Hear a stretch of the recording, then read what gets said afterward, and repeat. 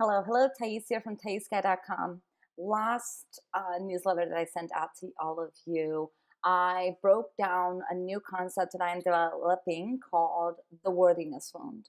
And I mentioned that there are three specific ways or three specific patterns that manifest from the worthiness wound.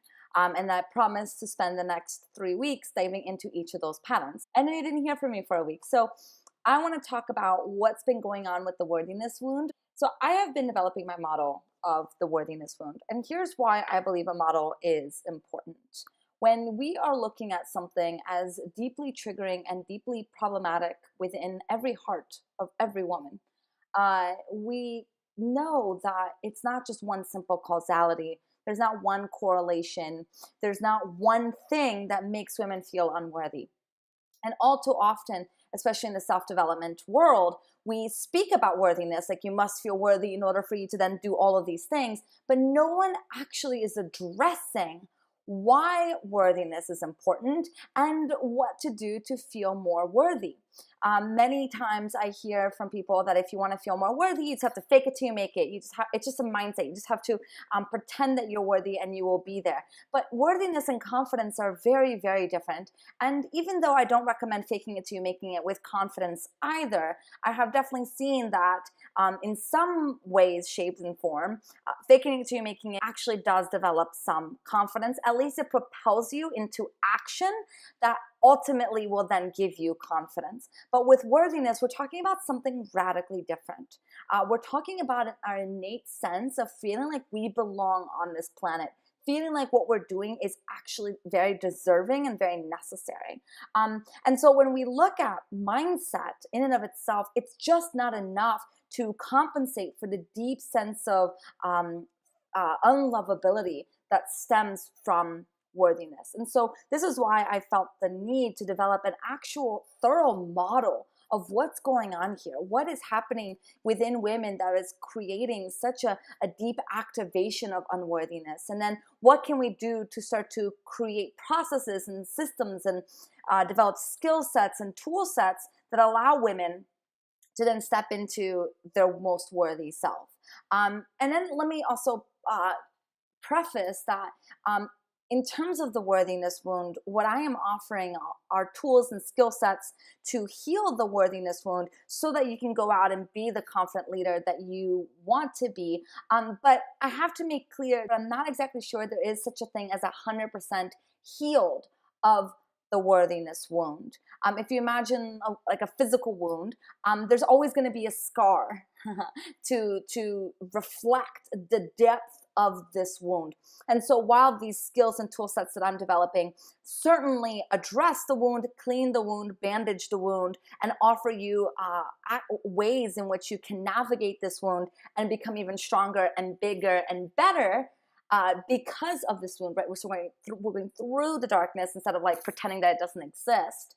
I am not sure that there will ever come a point where we will not be extremely clear that we have this scarring. And that at any point, if we do not continue to cultivate our sense of self, if we do not continue to cultivate the skills and the tools, the wound can be reopened.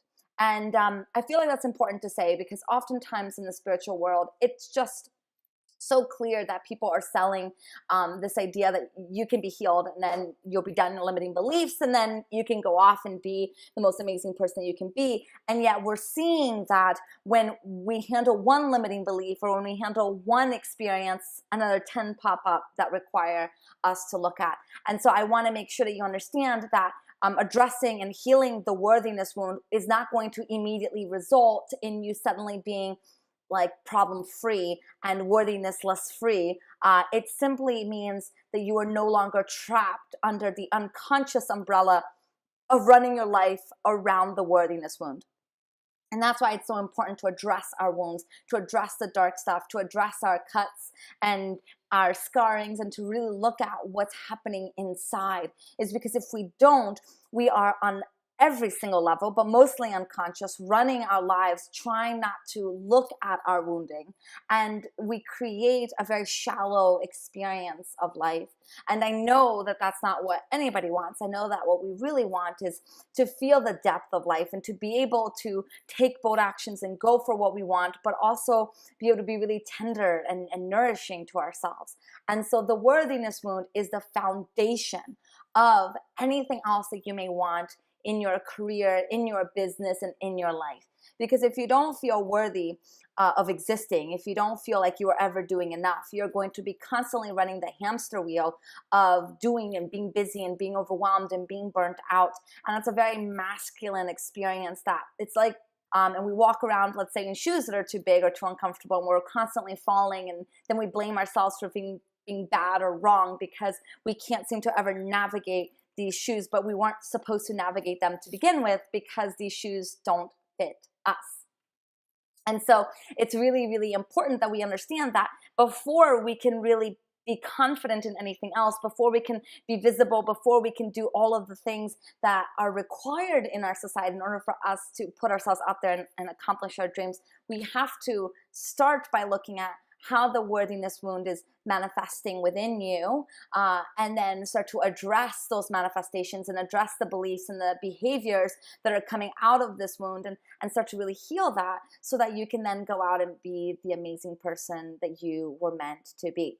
So I want to break down just a part of my model, and it's this idea that before you were born, or when you were born a whole self. You were not born broken. If we think about the soul coming into the human body, you were born perfect. And then what happens? Well, there are three categories, three different ways in which we create a split between our whole self and the sense of being unworthy. And one of them is our very patriarchal, masculine form of leadership and mindset that is rampant in our society. We live in a very masculine system. And so because we are inherently not masculine, we immediately don't fit in. We immediately feel like we don't belong here. We immediately understand that our society lives by this idea of male gaze, which means we constantly have to be monitoring how we look, because that is the only value that we can truly offer into this world. No wonder women are, so obsessed with dieting and looking good. We are constantly monitoring ourselves based on the male gaze. And so it's very clear that our patriarchal mindset has taught women that if we don't conform by these ideals, then we don't belong. And so that creates a split from our whole self to our wounded, unworthy woman. And then, of course, we have our personal experiences. We have our parents' inability to love us unconditionally. That, in the attachment theory experience, we learned that we create defense mechanisms to protect ourselves so that we do somehow achieve the love that we want. And so we have so many childhood experiences, childhood trauma, moments where we were clearly unloved. And that creates our sense of unlovability. So again, there's that split between the whole self and the wounded, unworthy woman. And I want to add one more thing. When we are split from the mindset of the culture, and we realize that our whole self is not acceptable, our full female woman expression is not acceptable in our patriarchal experience, that leads us to feeling incredible shame. So we have shame from that experience. We have unlovability from our personal experiences. And then add to all of that, we have our third layer, which is our ancestries, which is our mother-daughter split, which is this idea that our mother has carried around this unworthiness wound, and through her behavior, through her action, she is influencing us.